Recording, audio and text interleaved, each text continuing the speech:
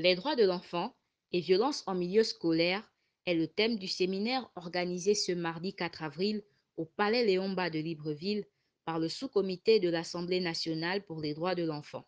Préoccupé par ce mal qui prend des proportions inquiétantes dans les établissements scolaires du Gabon, les députés, les spécialistes de l'UNICEF et les ONG sensibles à la question se sont retrouvés pour réfléchir sur les solutions à apporter.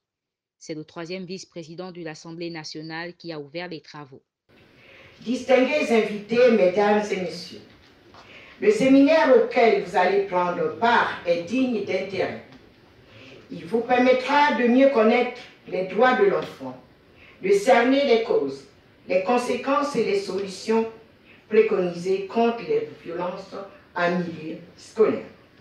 Les statistiques relatives à la violence en milieu scolaire laissent entrevoir un tableau préoccupant.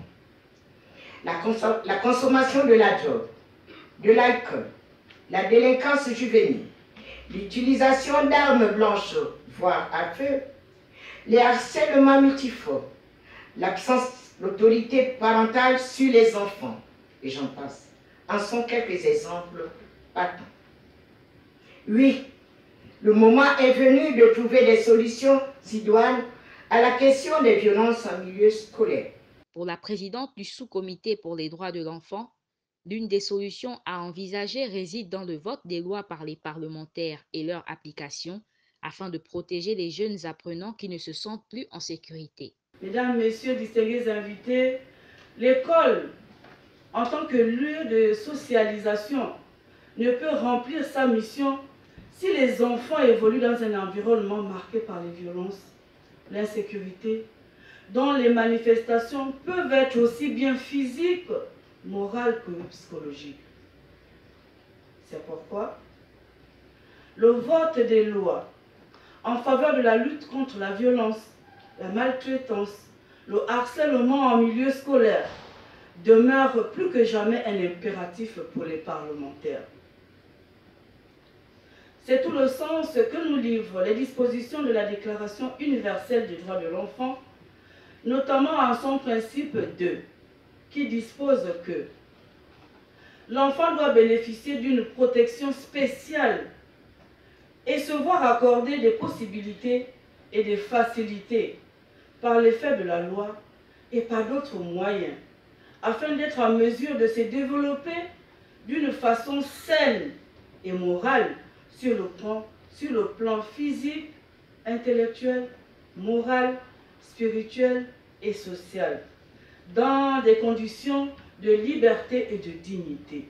Profitant de l'occasion, le représentant de l'UNICEF pour le Gabon a félicité les parlementaires gabonais pour leur implication en faveur de la protection des enfants, notamment par les nombreuses lois votées. Cette importante session qui marque également la mise en œuvre effective du plan d'action du sous-comité des droits de l'enfant de l'Assemblée nationale témoigne d'une manière on ne peut plus éloquente de l'intérêt que porte votre illustre institution au lieu de la représentation du peuple gabonais à l'intérêt supérieur de l'enfant.